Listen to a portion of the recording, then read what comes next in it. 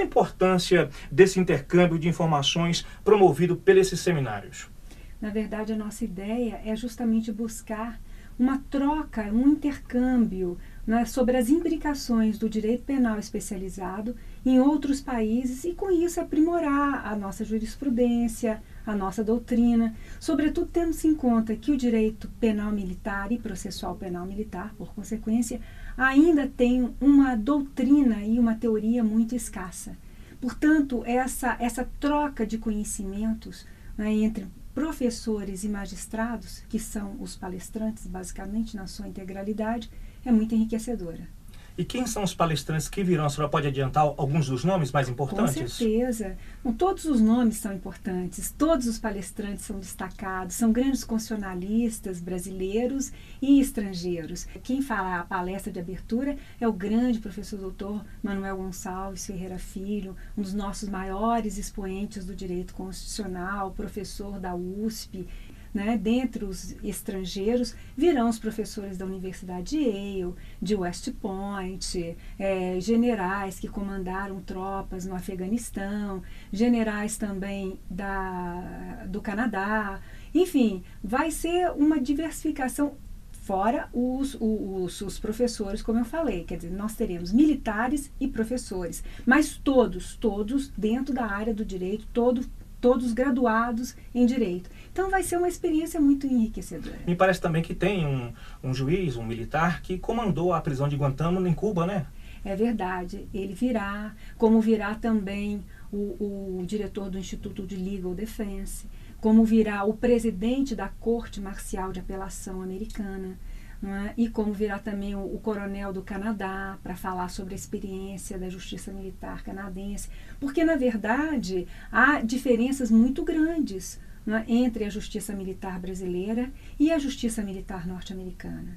E, por isso, esse diálogo com os demais palestrantes e atores nesta área, né, em continentes onde o Brasil mantém relações tão próximas, não apenas de amizade, mas também de interesses econômicos, e tendo em vista hoje o fenômeno do terrorismo, né, que surgiu como uma grande ameaça e que não se pensava antes, a grande ameaça do século XXI, as justiças militares, que são fora adequado para poder julgar e processar esse tipo de delito, têm de estar preparadas para enfrentar essas novas, vamos dizer assim, essas novas insurgências da contemporaneidade. Qual a diferença básica entre a justiça militar brasileira e a norte-americana? A justiça militar norte-americana é a justiça do comandante. É uma corte marcial? É uma corte marcial.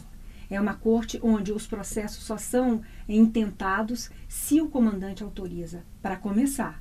Não é? Agora, no caso do Brasil, é uma corte judicial, basicamente, tipicamente judicial. Dentro do Poder Judiciário, né? Desde a Constituição de 1934. Isso é importante que se diga para mostrar a longevidade e a legitimidade da nossa justiça, né, diante do quadro constitucional pátrio. Poderia-se dizer que o Brasil está um passo à frente dos americanos? Na verdade, o Brasil está muitos passos à frente, com todo o respeito, de todas as justiças militares, pode-se dizer assim, do continente norte sul-americano. E é por isso que o Chile, a Colômbia, né, tem trocado, a própria Angola, tem trocado uma série de informações, porque a nossa justiça militar, dentro de todos os princípios, que são os 10 princípios que a ONU estabelece, que foram forjados por Emmanuel Decaux, o ilustre professor de Paris II, todos os princípios praticamente o Brasil atende para as justiças militares. Portanto, nós somos, sim, um exemplo, diria, sem falsa modéstia, para o mundo em termos de legitimidade de atuação da justiça castrense. Um dos temas a serem debatidos no primeiro dia do seminário é o porquê e se é necessário a justiça militar no século XXI. O palestrante é o juiz norte-americano Dr. James Baker.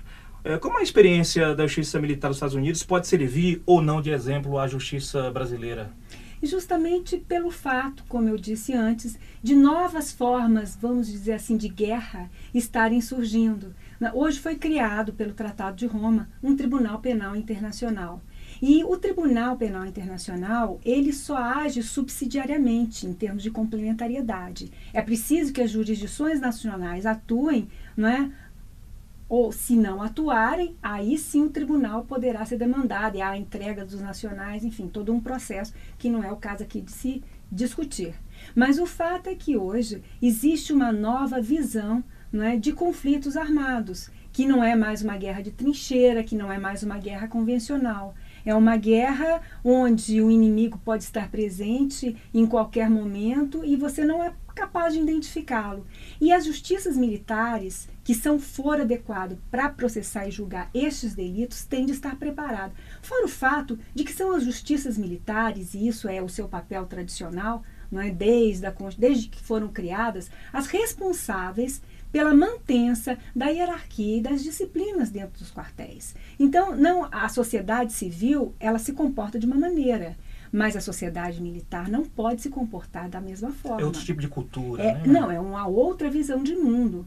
Eu diria, inclusive, que se há uma quebra na cadeia de comando, uma desorganização dentro do seio militar, a ameaça é para o Estado democrático de direito, é para a sociedade, não é, como um todo. E por isso ela é tão importante para a preservação do próprio Estado de Direito e da ordem constitucional vigente, que é legítima, que é democrática, que foi instaurada por meio de uma Constituição, não é, cujos representantes foram eleitos pela nação.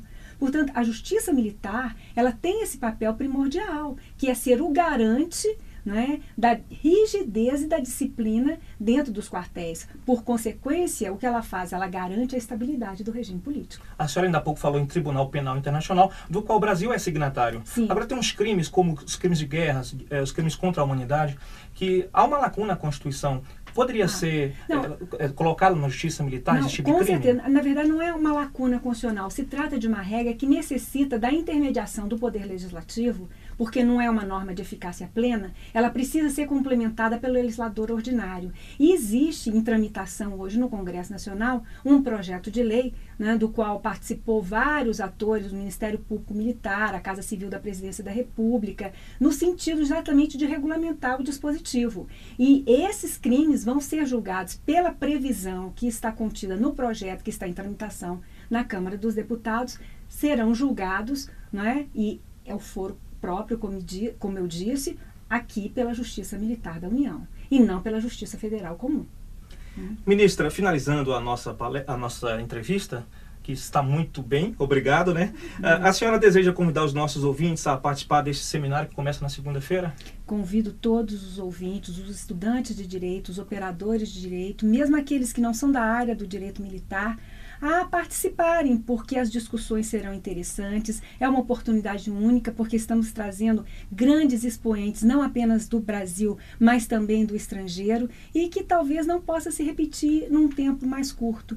Então, este é o momento para aqueles que se interessem, né, pelas novidades do direito, e por um direito que ainda é desconhecido, mas é extremamente instigante, nos ouvirem e participarem e discutirem e debaterem esses novos temas que hoje estão em pauta, né, não apenas na mídia, mas também nos livros de relações internacionais.